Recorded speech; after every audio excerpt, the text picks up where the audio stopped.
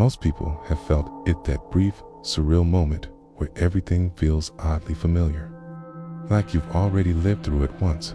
Usually chalk it up to a mental hiccup, a coincidence, maybe even just a trick of the mind. But there are times when that feeling doesn't fade. Instead, it deepens into something far more unsettling. Asterisk. These are 4 allegedly real experiences where Déjà vu didn't just pass, it pulled people into something terrifying. Back in 2017, something happened to me that I've rarely spoken about, not because I forgot, but because of how deeply it rattled me. It made me question not just my sanity, but the very nature of time and memory. Asterisk. I was staying in a worn-down apartment building in central New Jersey. 3 floors, all brick, probably unchanged since the late 80s. Dim, buzzing lights lined the halls, the paint chipped on nearly every door. The whole place felt tired. Asterisk. I shared the unit with my roommate, Nick. He worked overnight security at a nearby warehouse, so I usually had the apartment to myself. Asterisk. One Thursday night in February, I came home later than usual. As I climbed the stairs, a strange, familiar smell hit me, burnt rubber and a harsh, citrusy cleaner. I hadn't smelled anything like that in years. Somehow, it triggered a wave of familiarity in my chest, like remembering a dream of someone else had. Asterisk. Then, just a few steps from my door, it hit me. This was a dream, or something like it. I suddenly knew exactly what was going to happen. The light above me would flicker twice. A voice would shout from below, followed by laughter. Then, a loud metallic thud would echo from down the hall. Asterisk. It all played out exactly as I predicted. Asterisk. At first, I thought I had imagined it, but the next night, it happened again. I was watching TV, eating leftover Chinese, and I knew every word that was about to be said on screen. Even the buzz from my phone timed perfectly. Over the next few days, these predictions grew more frequent. I started logging them to make sure I wasn't going crazy. Every time I was right. The things I knew weren't from memory, they felt like echoes from a moment that hadn't happened yet. Asterisk. Then the dreams began.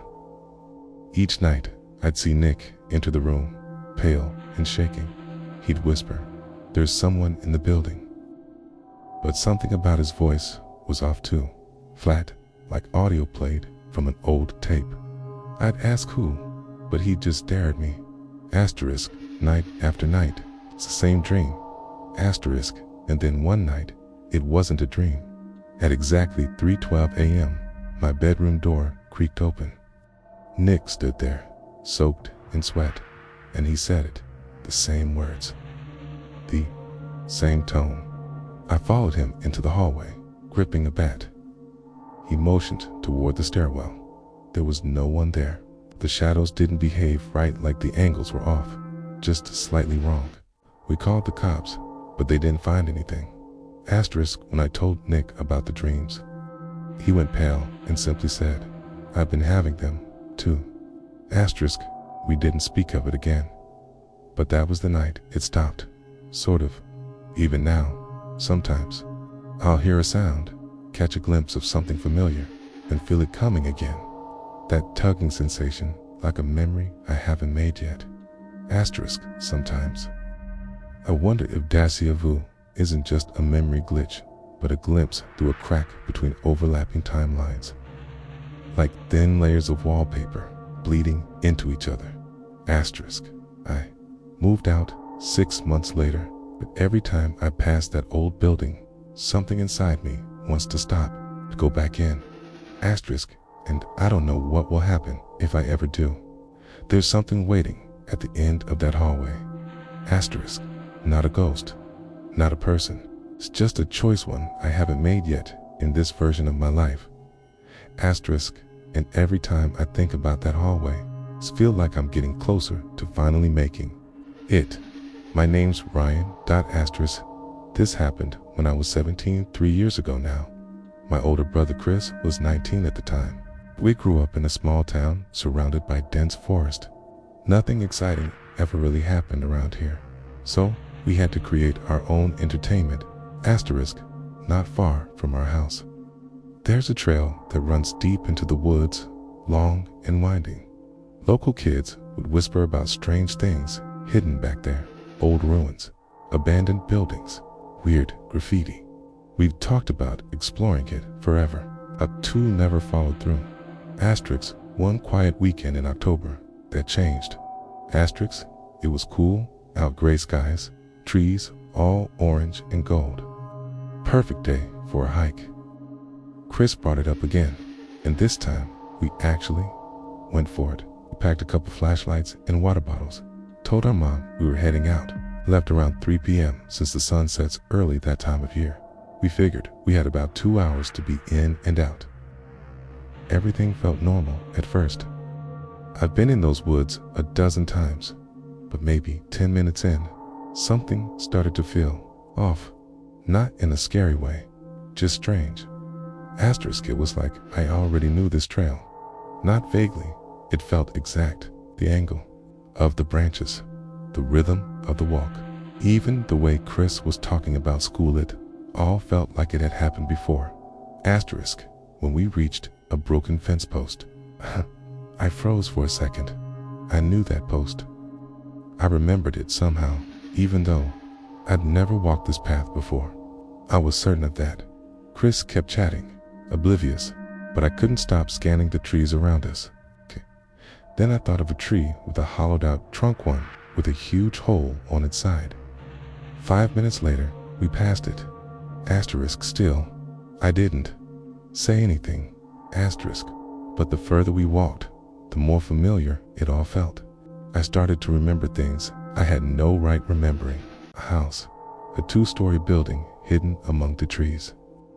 Faded green paint peeling from its siding. Cracked windows, vines crawling up the walls like dead fingers. A shattered step in front. Asterisk, I pictured it clearly down to the warped wooden door hanging slightly open. Asterisk, and then we saw it. It was exactly what I had imagined. I stopped cold. Chris kept walking toward the porch, but I just stood there, stunned. It was like my brain was lagging behind my eyes. I asked him if the house looked familiar to him. He said no, completely puzzled. I think I've been here before, I muttered. He gave me a look, like he thought I was trying to be creepy. Asterisk, I wasn't. I wasn't even trying to be dramatic. It just came out. Everything about that place felt wrong and right at the same time. Asterisk, but I didn't want to seem scared. So we went in. Asterisk, the door was already slightly open, creaking as we pushed it the rest of the way. Inside, it smelled like mold, old wood, and time, the kind of smell that settles into your bones. Everything was in ruined walls, peeled, furniture broken, the floorboards warped and weak. A staircase led up to the second floor on the left. We looked around the first floor, a small, dark kitchen with cracked counters, a living room with a crumbling fireplace, and a long hallway ending in a shut door. Asterisk, it felt like the air was pressing in on me, like we weren't supposed to be there. Asterisk, then, almost without thinking, I said, I remember this place. Chris stopped in his tracks. What do you mean? Asked. Asterisk, I remember the kitchen, that fireplace, even that hallway. A.N.D., a woman upstairs. He stared at me. I could tell it unsettled him. I didn't blame him while I was creeping myself out. Asterisk, we stood there, listening. Then it happened. A soft creak from upstairs, like someone stepped on an old board. Asterisk, we locked eyes. Didn't speak. Didn't breathe. Asterisk, then Chris said, you go check it out. Asterisk, I said, absolutely not. Asterisk, but somehow he convinced me to play rock, paper, scissors for it. I lost and still refused. He laughed and said he'd do it himself. Asterisk, I followed behind, slowly. Every step he took up the stairs groaned beneath him. I stayed near the top, heart pounding. He kept walking toward the room where the sound had come from. It was the last room on the right. The door stood halfway open, creaking a little as Chris gave it a push. From where I was standing at the top of the stairs, I couldn't see inside, but I saw his face change. His whole body went stiffened. Then, without warning, he spun around and shoved past me, nearly knocking me over. Asterisk, run, he yelled. Asterisk, we didn't ask questions. We bolted down the stairs, out the front door, and into the woods. Neither of us looked back. We ran until our lungs were burning and our legs gave out. When we finally stopped, bent over and gasping for air, my ears were ringing from the sound of my own heartbeat. Asterisk, what did you see? Asked him, barely able to speak. Asterisk, he looked pale, rattled in a way I'd never seen before. Asterisk, there was someone in that room, he said. A woman, standing there, staring out the window like she hadn't moved in years. I asked him what she looked like. He said he couldn't make out her face, but her hair was shoulder length, kind of gray blonde. Just wrong. Still, lifeless. Asterisk. Then he turned it on me. How did you know she was up there? Asterisk, I told him. Adine, I didn't know. I just remembered it. Like I'd already been there. Like I had already seen her. T thought I was messing with him. I thought he was messing with me. But days passed, then weeks, then years, and he never changed his story. He never once admitted to making it up.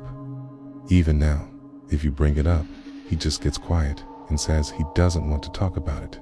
Asterisk, sometimes. I wonder if he did turn the prank back on me. Maybe he thought I was trying to spook him and went along with it to double down. Asterisk, but deep down, I don't think he lied. I think we both experienced something we weren't supposed to. We both heard those footsteps above us. We both felt that heaviness in the air.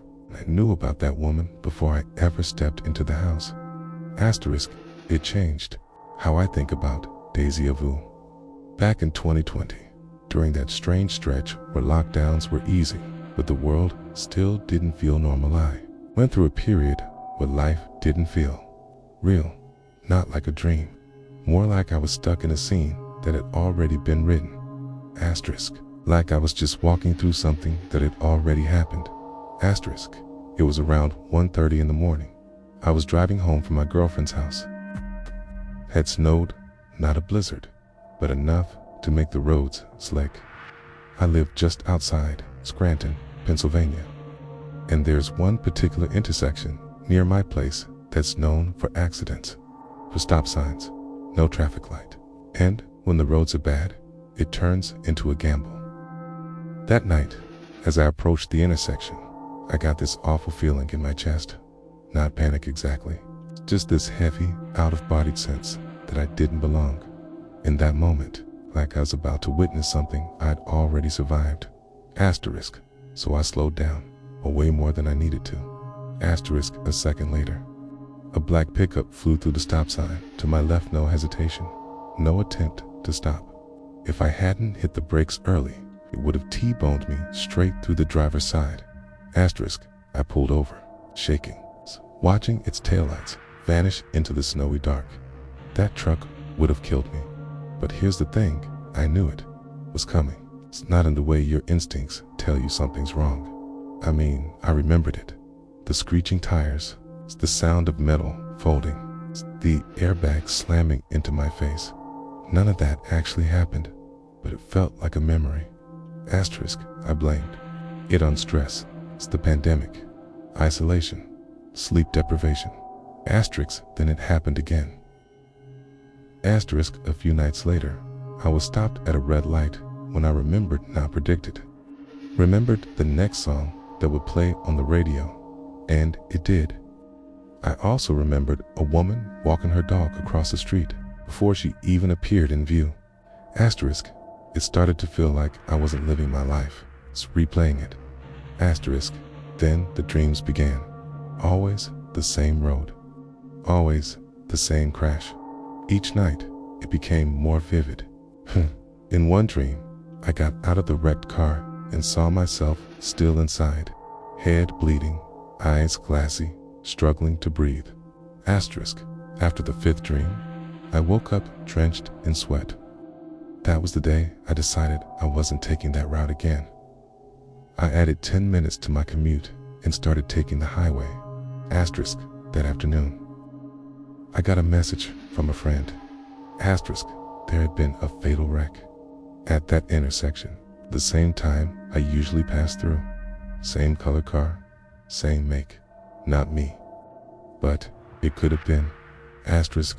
Ever since, I've wondered, was that me? Asterisk. Did I avoid the wrong timeline? Asterisk. Did another version of me not get lucky?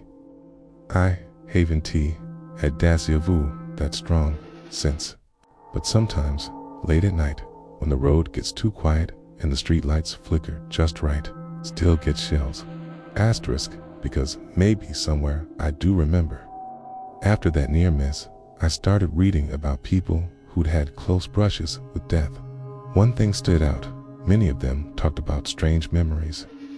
Pre-memories. It's almost like they'd already lived through the moment that should have killed them. Asterisk. The deeper I went, the more a theory started to form in my mind.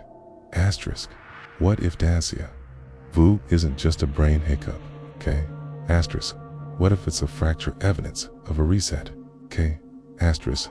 Maybe time doesn't move in a straight line. Maybe it folds back on itself in small, invisible ways. Maybe reality reloads again and again, and every so often, something inside us remembers the version that came before. Asterisk. And when we avoid something tragic just barely, it's not luck. It's recognition. It's some quiet part of us screaming, not this time. Before I started working in IT, I spent 2 years doing night shifts at a long-term care facility in upstate New York. The building was old. It's not falling apart, but definitely past its prime. Most of the residents were just elderly folks who needed help with day-to-day care. A few had late-stage dementia or Alzheimer's. There was one woman, Miss Adelaide, 87, mostly clear-headed, very polite. She didn't speak much, but when she did, it was soft and thoughtful. She had an old, worn photo of a little boy on her nightstand that she said was her grandson. No one ever visited her.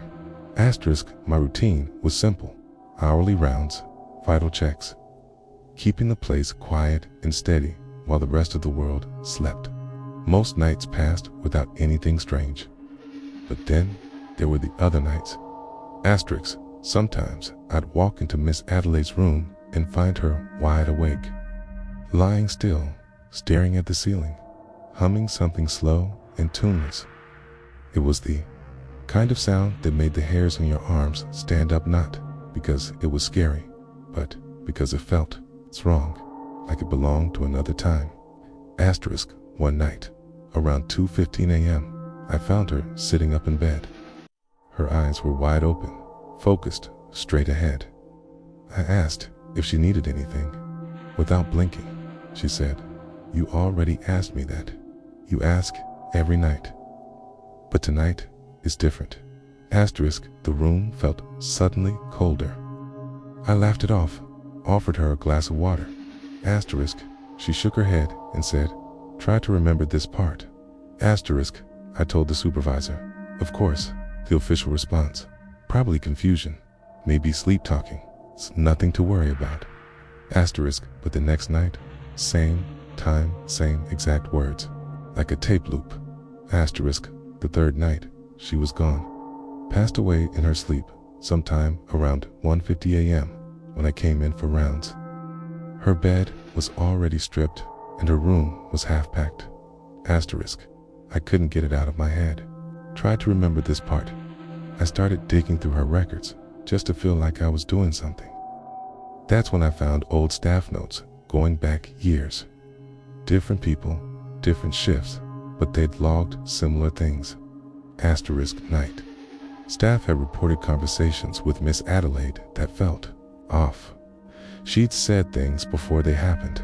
It's predicted staff changes, repeated entire conversations before they were spoken. Asterisk. One note from 2013 stopped me cold. A nurse had written, asterisk, Adelaide said, I remembered this version. You always take your break at 3:07.